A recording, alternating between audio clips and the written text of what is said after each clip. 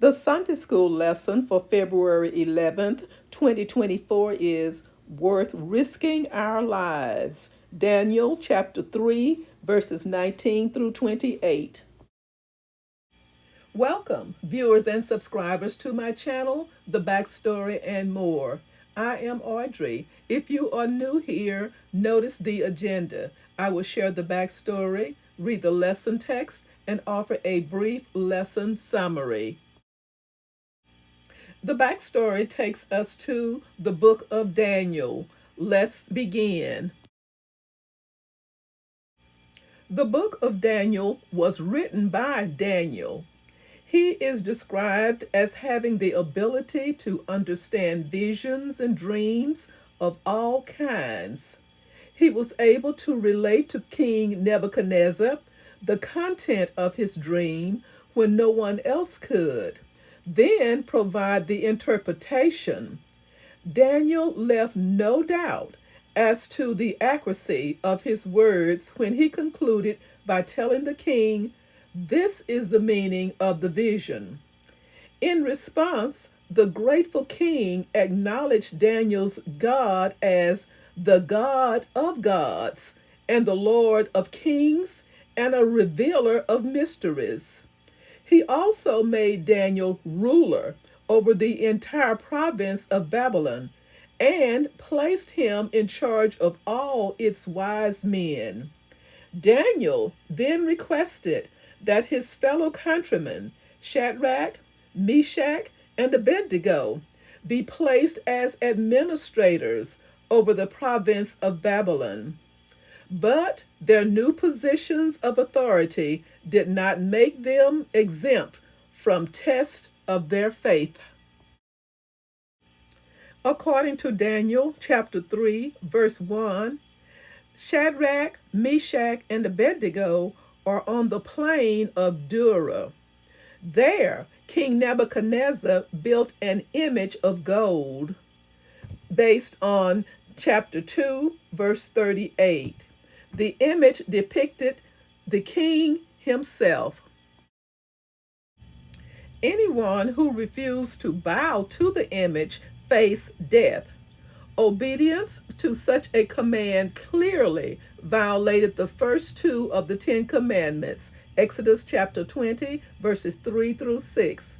So the young Hebrew men refused to worship the image. Because the three Hebrew men refused to worship the image, their obedience was reported to King Nebuchadnezzar, who had the three men brought before him. The king offered them a chance to change their minds, but the three men restated their determination not to bow to the king's image. The narrative continues. Verse 13. Furious with rage, Nebuchadnezzar summoned Shadrach, Meshach, and Abednego. So these men were brought before the king, and Nebuchadnezzar said to them, "Is it true, Shadrach, Meshach, and Abednego, that you do not serve my gods or worship the image of gold I have set up?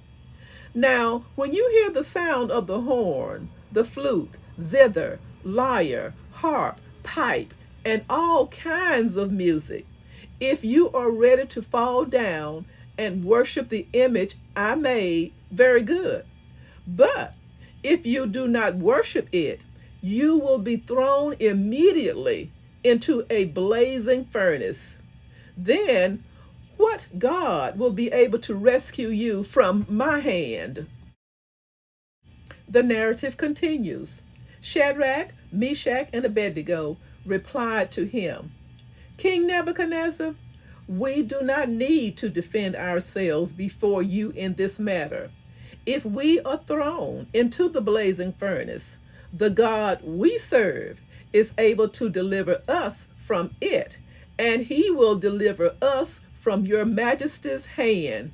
But even if he does not, we want you to know, your majesty, that we will not serve your gods or worship the image of gold you have set up." The backstory ends and the Sunday school lesson begins with verse 19. Verses 19 through 20. Then Nebuchadnezzar was furious with Shadrach, Meshach, and Abednego, and his attitude toward them changed. He ordered the furnace heated 7 times hotter than usual, and commanded some of the strongest soldiers in his army to tie up Shadrach, Meshach, and Abednego and throw them into the blazing furnace. Verse 21. So these men, wearing their robes, trousers, turbans, and other clothes, were bound and thrown into the blazing furnace. Verses 22 through 23. The king's command was so urgent and the furnace so hot that the flames of the fire killed the soldiers who took up Shadrach, Meshach, and Abednego. And these 3 men, firmly tied, fell into the blazing furnace. Verses 24 through 25. Then King Nebuchadnezzar leaped to his feet in amazement and asked his advisors, "Weren't there 3 men that we tied up and threw into the fire?" They replied, "Certainly, Your Majesty." Verse 26. Nebuchadnezzar then approached the opening of the blazing furnace and shouted, "Shadrach, Meshach, and Abednego, servants of the Most High God, come out, come here." Verse 27. And the satraps, prefects, governors, and royal advisors crowded around them. They saw that the fire had not harmed their bodies, nor was a hair of their heads singed.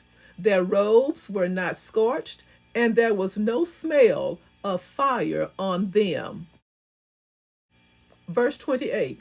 Then Nebuchadnezzar said, "Praise be to the God of Shadrach, Meshach, and Abednego, who has sent his angel and rescued his servants.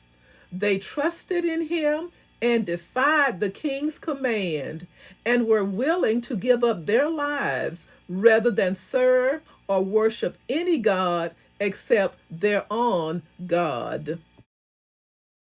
A brief summary. Although Nebuchadnezzar was furious at Shadrach, Meshach, and Abednego, he did not act rashly.